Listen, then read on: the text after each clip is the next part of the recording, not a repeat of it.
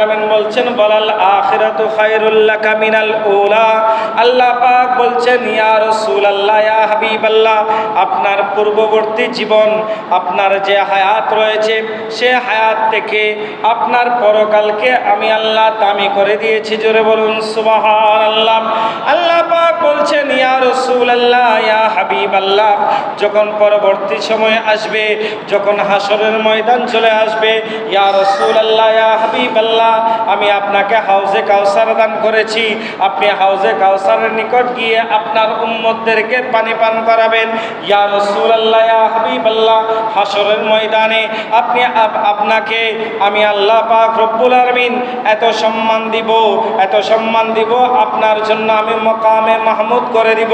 ইয়া রাসূলুল্লাহ, ইয়া হাবিবাল্লাহ, হাসরের ময়দানে একমাত্র দুলা হবেন আপনি। ওই দিন আপনি নবী যেভাবে চাইবেন আমি আল্লাহ সেইভাবে বিচার করব। জোরে বলুন সুবহানাল্লাহ।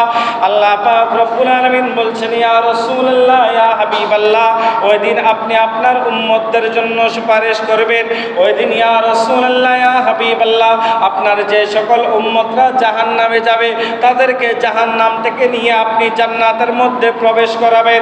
ইয়া রাসূলুল্লাহ, ইয়া হাবিবাল্লাহ, শুধু আপনার উম্মতদেরকে নয়, অন্যান্য নবীর উম্মতদেরকেও ইয়া রাসূলুল্লাহ, ইয়া হাবিবাল্লাহ, আপনার সুপারিশের মাধ্যমে আমি আল্লাহ রাব্বুল আলামিন তাদেরকেও জান্নাত দিয়ে দিব। জোরে বলুন সুবহানাল্লাহ।